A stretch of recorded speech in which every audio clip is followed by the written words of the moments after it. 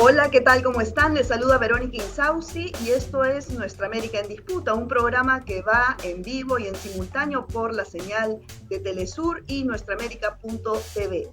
A partir de ahora, pues, entonces los invitamos a que se conecten, hagan sus preguntas, sus comentarios para el tema que vamos a abordar el día de hoy. Por supuesto, se trata de los Pandora Papers. Esta filtración, una de las más grandes de la historia, pues, que involucra a cientos de personalidades políticas y económicas del mundo y de Latinoamérica. En Latinoamérica, pues, se ha registrado más de 100 personalidades, entre ellos 35 autoridades políticas, 3 presidentes en funciones. Estamos hablando del presidente de Ecuador, el de Chile y el de República Dominicana, y esto pues ha hecho un terremoto político a nivel mundial y sobre todo en los países pues donde están involucrados sus autoridades.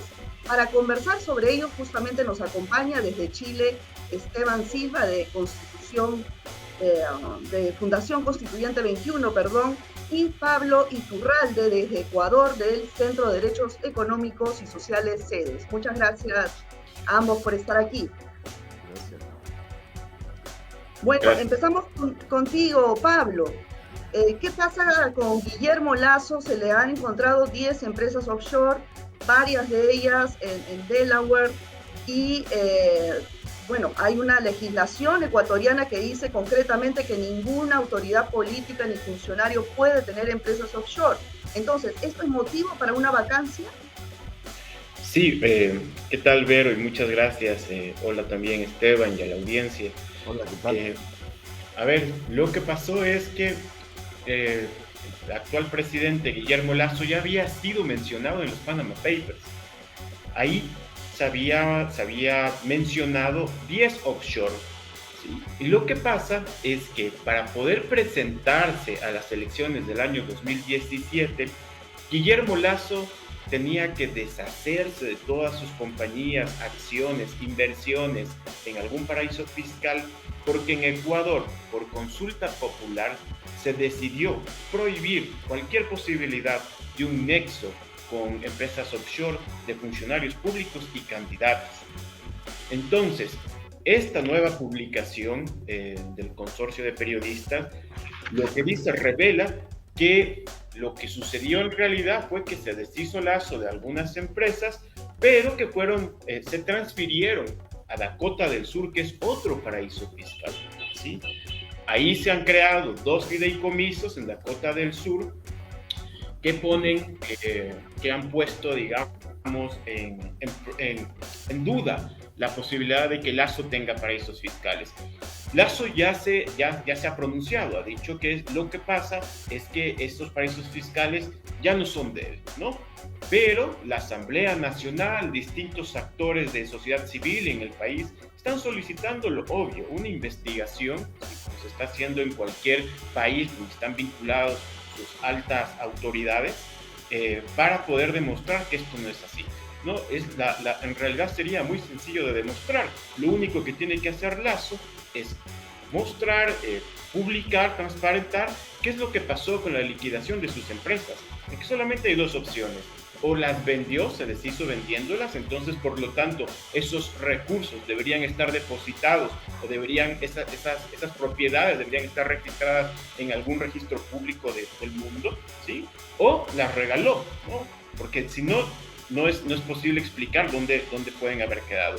De comprobarse que Guillermo Lasso tiene vínculos todavía con paraísos fiscales de manera directa o indirecta, porque también la ley prevé que si es que se trata de familiares, personas cercanas, testaferros, es decir, la sanción es la misma, y lo que plantea la ley es la destitución del cargo, ¿no? Ahora, en el caso, Esteban, de Sebastián Piñera en Chile, ¿cuál es su situación? Se está hablando de que en la Cámara de Diputados se puede presentar una acusación constitucional contra el presidente por este destape que ha habido de la venta de una minera, la minera Dominga, por parte de él y su familia. Cuéntanos un poco cómo es la situación allá.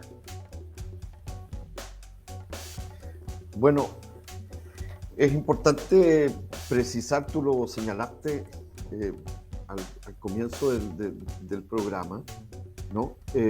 ¿Cuál es la figura que involucra a Piñera en el marco de todas estas personas, de estos 3 presidentes latinoamericanos y una cantidad importante donde hay hasta reyes, ¿no? Princesas y multimillonarios de todo tipo en estos paraísos fiscales, como lo genera y lo devela, ¿no? esta investigación de Pandora Papers, que en definitiva, cuando uno está, es cierto, hay una cantidad de problemas ahí de legalidad.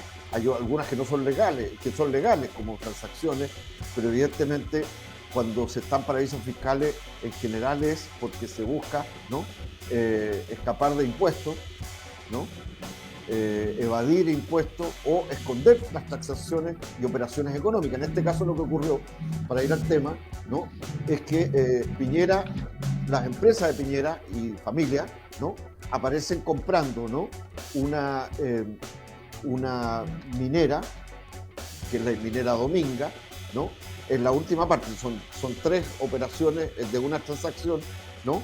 En la cual además Piñera se la vende a un íntimo amigo de él, que es de un grupo, que es el grupo Penta, ¿no? Delano, que además es un grupo que ya ha estado procesado y ha sido sentenciado, ¿no? Y tiene otros procesos por financiamiento ilegal de la política, estamos hablando, ¿no? Por hechos de corrupción, por tener, ¿no? En definitiva, acceso privilegiado a información respecto de que le genera ventaja. Entonces, en ese terreno, esto no es nuevo, lo que se ha develado con respecto de Piñera. No es nuevo tampoco de que ha tenido otros casos, Piñera, ¿no? Anteriores, incluso ha sido demandado en fiscalía por la justicia, como el caso Enjoy recientemente de Casino. Pero en síntesis, ¿cuál es el problema mayor? Y es que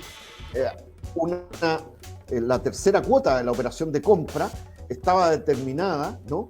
A que no la zona donde se va a desarrollar el proyecto, no el gobierno, en este caso el Estado, no estableciera que es una zona de patrimonio natural o reservada.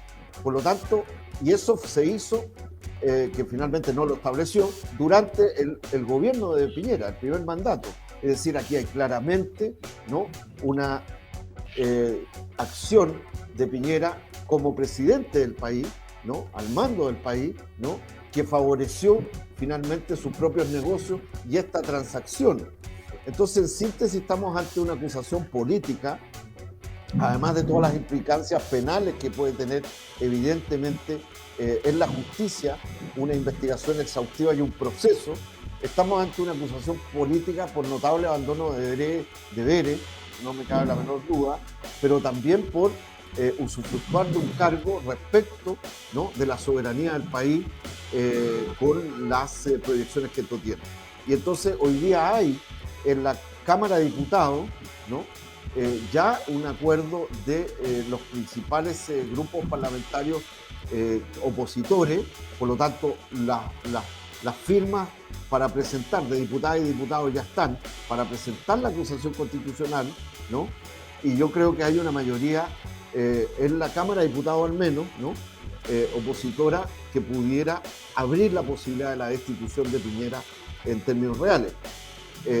Esa es la situación en que estamos, y además mañana, por ejemplo, hay una gran convocatoria de las y los estudiantes de Chile movilizados exigiendo ya la renuncia de Piñera. Por lo tanto, hay un proceso de indignación nacional que se ha levantado a partir de esta denuncia, de esta revelación de de Pandora Papers respecto de Piñera, que creo que lo coloca en la mira real por primera vez de ser destituido. Claro, y justamente uno de los destapes de esto, además después de la magnitud del nivel de los funcionarios, de los altos funcionarios de gobierno y de los millonarios que aparecen en esta filtración, hay un segundo tema muy importante que lo recalcó el otro día, lo escuchaba Jorge Coronado de la Tindad decir, el lugar, ¿no? el nuevo paraíso fiscal del mundo por excelencia es Dakota del Sur y Delaware en Estados Unidos, que justamente es el país que supuestamente lucha contra los paraísos fiscales, ¿no? Pablo, ¿tú cómo ves esta situación? Bueno, sí, lo que más sorprende en realidad es que cómo ha evolucionado el tema de los paraísos fiscales desde la crisis financiera subprime, ¿no? Desde el 2008, los estados, no solamente los estados del sur global, sino los estados del norte, de los centros financieros del mundo, empezaron a preocuparse porque con la crisis el tamaño del pastel se hizo más pequeño y los estados empezaron a preocuparse por los recursos tributarios que se les estaban escapando, ¿no? Entonces se organizan alrededor de la OCDE y yo creo que ahí está el problema, que todavía el sur global no ha logrado rescatar, no ha logrado la iniciativa, ¿sí?, a nivel internacional para poder definir cuáles podrían ser las nuevas normas, una nueva arquitectura financiera y fiscal que convenga más a los países que han sido menos privilegiados por este sistema financiero. Hay que decirlo con toda claridad que mientras la OCDE sea la organización que rigen las normas internacionales para combatir a los paraísos fiscales, podríamos esperar muy pocos avances. No se ha avanzado mucho ya en más de una década y esto podría continuar así. Por eso es indispensable que tomemos los países del sur con apoyo de sus pueblos. O sea, tienen que ser iniciativas de los estados, pero con sociedad civil, una sociedad civil muy activa, impulsando procesos en instituciones multilaterales, por ejemplo, como en Naciones Unidas. Yo creo que por ahí tendríamos que pensar soluciones alternativas. Es bien importante darnos cuenta que cada vez que hay un escándalo mundial, que vivimos situaciones bastante similares los países del sur. A mí me sorprende, por ejemplo, escuchando ahora a Esteban, lo que está sucediendo en Chile, porque, ojo, que ahí no hay una ley que les prohíbe a los presidentes participar en paraísos fiscales, pero depende de las reacciones de los pueblos. Yo creo que esto es fundamentalmente un tema de sociedad civil, o sea, parece como muy internacional y por lo tanto de estados, pero si no llenamos a esto atrás de organizaciones, de una ciudadanía activa, de participación ciudadana, yo creo que vamos a tener todavía pocos resultados. Ahora, este problema, claro, desde el 2008 de la crisis financiera se está pidiendo desde la sociedad civil y diversos organismos internacionales, pues, que se cambie las reglas del juego del mundo financiero para eliminar los paraísos fiscales, pero desde esa fecha hasta ahora lo que han hecho es multiplicarse, ¿no? Y esto va a seguir porque justamente las personas, la élite política y económica que tiene su dinero en esos paraísos fiscales son los que tienen que hacer cambiar las leyes. Esto nunca va a pasar. ¿Tú qué piensas, Esteban? Bueno, yo creo que, a ver, primero que aquí hay doble discurso y dobles prácticas que son muy hipócritas, ¿no? La propia conducta y los discursos de las administraciones norteamericanas sobre la materia respecto a propósito de lo que tú señalabas sobre sus propios paraísos fiscales, pero sus discursos son sobre otros, ¿no? En particular, sus discursos y sus iniciativas. Eso es lo primero. Ayer o antes de ayer yo veía en las redes, ¿no?, un pequeño video a propósito, después que salió esta denuncia, de Piñera con Lasso juntos, que me da la impresión que fue durante la campaña de Lasso, ¿no?, un encuentro con Piñera en la cual están ambos y a Piñera le preguntan y él dice que está a favor de eliminar los paraísos fiscales, ¿no?, junto con Lasso. Entonces eso te demuestra, esa sola imagen te demuestra que ambos, a propósito, que están vinculados, completamente embarrados en esto y en este tipo de transacciones y de ocultar operaciones y riqueza y evasión de impuestos, de eso estamos hablando en lo concreto, ¿no? Evidentemente tienen un doble discurso, ¿no? Y lo van a hacer y lo van a seguir teniendo si es que no hay, como tú bien señalas, ¿no?, la movilización de los pueblos de las fuerzas políticas, sociales, pero también que esto impregne la política de los gobiernos, de los estados, ¿no? Y creo que esto es un primer tema. Estamos hablando acá, esto es una disputa en el capitalismo global, evidentemente. O sea, la supresión, la eliminación de los paraísos fiscales además tiene que ver con una gran disputa sobre el rol que tienen, ¿no?, el capital especulativo financiero y cómo se limpia, cómo se reproduce, ¿no? Y en definitiva cómo se generan mecanismos de saqueo de la riqueza de los pueblos, ¿no? Estoy hablando tanto de los recursos naturales estratégicos, ¿no?, y los bienes comunes, como del punto de vista de cómo se reproduce, ¿no?, la propiedad y la acumulación capitalista, en definitiva. Por eso va a seguir siendo una disputa de fondo, porque incluso es una disputa dentro del propio, las propias contradicciones de los modelos capitalistas diversos, ¿no? Y de la presión que hay. Entonces, estamos frente a un problema de fondo que tiene que ser no solo corregido, que requiere movilización, en síntesis, requiere tomar conciencia. Creo que esto, o sea, si esta gente no es pillada, no le ponen la lupa, los medios de comunicación, este consorcio, por ejemplo, que también los medios de comunicación, muchos de ellos están concentrados, no estoy hablando de los que la hicieron, ¿no? Pero están concentrados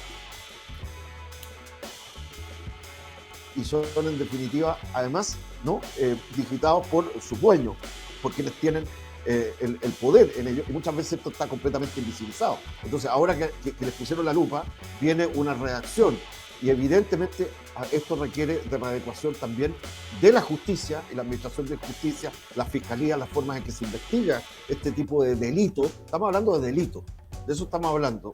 Aunque, termino con esto, efectivamente, como bien señalaba Pablo, en el caso de Chile, no tenemos una legislación expresa que prohíba esto, y que la deberíamos tener, pues, sin lugar a dudas, ¿no? Entonces siempre vamos a tener, aquí acaba de salir Piñera diciendo que ya la justicia lo investigó, ¿no? Pero no es cierto, habla medias verdades, como todas estas cosas. Entonces se requiere un nivel de movilización, de toma de conciencia, de poner la lupa desde el punto de vista de los grandes, no solo medios de comunicación de la información, y al mismo tiempo la disputa por eliminar, en definitiva, estos paraísos fiscales y la lógica del capitalismo financiero y especulativo y cómo se reproduce, y acá hay una prueba evidente a través de este caso tan amplio que abarca a tantas personas y a tantos grupos millonarios, etcétera, en el mundo, pero que tiene foco de impacto en nuestras sociedades. Así es, pero bueno, estos son, digamos, que los mismos políticos de siempre, los mismos millonarios, digamos, y venimos escuchándolo desde otras filtraciones como los Panama Papers, en fin, pero la situación no ha cambiado. Pablo, ¿tú qué propones para finalmente poder cambiar este paradigma? Claro, o sea, ambos, Esteban y tú, coinciden en la necesidad de la presión desde la sociedad civil, desde la calle, pero ¿esto es suficiente para finalmente cambiar las reglas del juego cuando los encargados de cambiarlas tienen su dinero en los paraísos fiscales? No, hay mucho por recorrer, o sea, y bueno, existen alternativas de política pública, ¿no? Por ejemplo, fortalecer las autoridades tributarias, el intercambio de información automático país por país, informes de empresas país por país, convenios y políticas, por ejemplo, para detectar el beneficiario final de estas operaciones. Pero todo esto, hay que ser muy claros que todo esto sigue siendo insuficiente. Pero aún así, países, por ejemplo, como el ecuatoriano, ¿sí?, se suelen descuidar este tipo de convenios internacionales que permiten la cooperación entre autoridades tributarias de dos países para poder detectar posibles fraudes tributarios. Yo estoy de acuerdo ahí con Esteban en que hace falta tomar medidas extraordinarias, porque el asunto, el secreto, la clave de este sistema financiero opaco es precisamente que tiene la capacidad de mostrar, de hacer parecer que se está actuando en la legalidad, ¿no? Las operaciones offshore no son otra cosa que simular que uno tiene las cuentas en orden, que supuestamente no está evadiendo impuestos, supuestamente no está ocultando riqueza, supuestamente estás actuando dentro de la legalidad. Entonces, Ese es el problema, que cuando, por ejemplo, tanto en Chile como en Ecuador, cuando se les ha preguntado a los presidentes que rindan cuentas sobre las menciones en los Pandora Papers, lo que ellos dicen, bueno, mire, yo tengo aquí un notario, frente a un notario yo digo que todas mis cuentas están bien, que yo no tengo, estoy diciéndole a un notario que yo no tengo inversiones en offshore. Entonces, eso no es suficiente, pues, porque por supuesto cualquiera podría hacer lo mismo. Y la única manera de poder avanzar es tomando medidas que tal vez no están previstas, como por ejemplo medidas que sean de sanciones fuertes para los funcionarios públicos y las altas autoridades, sobre todo, ¿sí?, que se beneficien de alguna manera con los paraísos fiscales. Y por supuesto, no se va a solucionar esto país por país. La única forma que podríamos encontrar de dar una solución definitiva es mediante instancias de coordinación que tienen que ser multilaterales, donde además la hegemonía del espacio, la conducción del espacio, sea llevado por los países más afectados, que no son precisamente aquellos países donde están las transnacionales que han diseñado todo este sistema planetario de fraude fiscal. Bueno, y además en pandemia, en estos 18 meses de pandemia, se ha incrementado. Escuchaba a Susana Ruiz de Oxfam comentar que en estos 18 meses, pues, la ganancia de los millonarios en el mundo se había multiplicado más que en los últimos 50 años, ¿no? Mientras que en un promedio en los estados durante esta época de pandemia se habían incrementado los impuestos a la clase trabajadora en un 30%.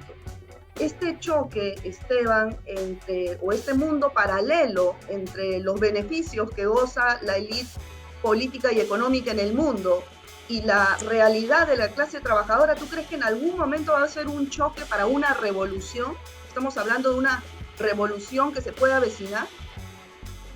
Bueno, yo creo que hay que ver siempre estas cosas desde, claro, lo global, pero a veces justamente mirarlas desde lo global y desde el punto de vista de las luchas globales, ¿no? Entre el capital y el trabajo, ¿no? Entre el capital concentrado del norte respecto de los países del sur, ¿no? Etcétera, etcétera. A veces también nos hace pensar de que nada es posible cambiar, porque es de tal globalidad los cambios que estructuralmente requerimos, que pasan y están vinculados. O sea, si uno habla por terminar este tipo de paraísos fiscales, estamos hablando también de mejorar, como bien señalaba, se señalaba aquí y señalaba Paula hace un momento atrás, la coordinación, la información bilateral y multilateral respecto a estos temas. O sea, estamos hablando del sistema también a propósito de Naciones Unidas y sus distintas agencias o los espacios multilaterales propiamente tal, en donde están los estados a través de la expresión de sus gobiernos, ¿no? Respecto a estos temas. Por ejemplo, uno podría decir, mire, este debería ser un tema evidentemente para que fuese encarado, en el caso de América Latina y el Caribe, por la CELAC, ¿no? Como un proceso de articulación. Ahora, eso requiere, y aquí voy a lo local, eso requiere evidentemente cambios legislativos, cambios de regulaciones administrativas, cambios en la conciencia, niveles mayores de información y de formación y de transparencia propiamente tal, etcétera, etcétera. Y ahí voy a la pregunta tuya desde esta globalidad. Evidentemente hay algunas sociedades y algunos pueblos que ya están en proceso un poco más encaminado, porque están en disputa también que tienen que ver con esos cambios, pero que requieren encararlo de manera más global. Estoy pensando en el caso de Chile. Nosotros estamos en un proceso constituyente, ¿no? Tenemos una convención constitucional instalada que ya empieza los trabajos de la discusión de los preceptos constitucionales, ¿no? Para un cambio más de fondo. Aquí vamos a enfrentar una buena parte de estos temas también.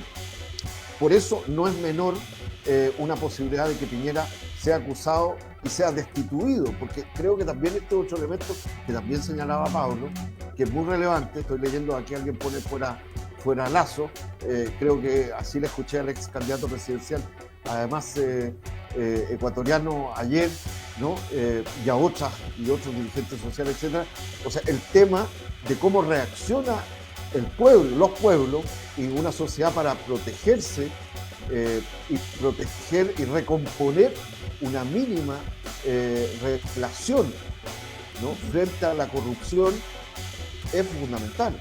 O sea, también es un elemento, en mi opinión, importante.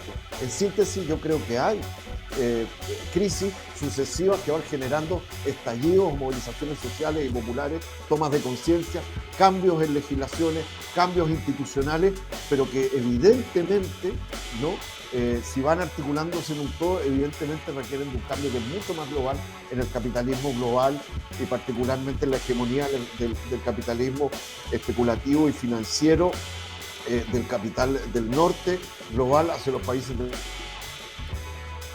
Así es, así es. sur, Bueno, y también en esas propias sociedades. Bueno, y yo creo que en eso estamos encaminados los países de Latinoamérica.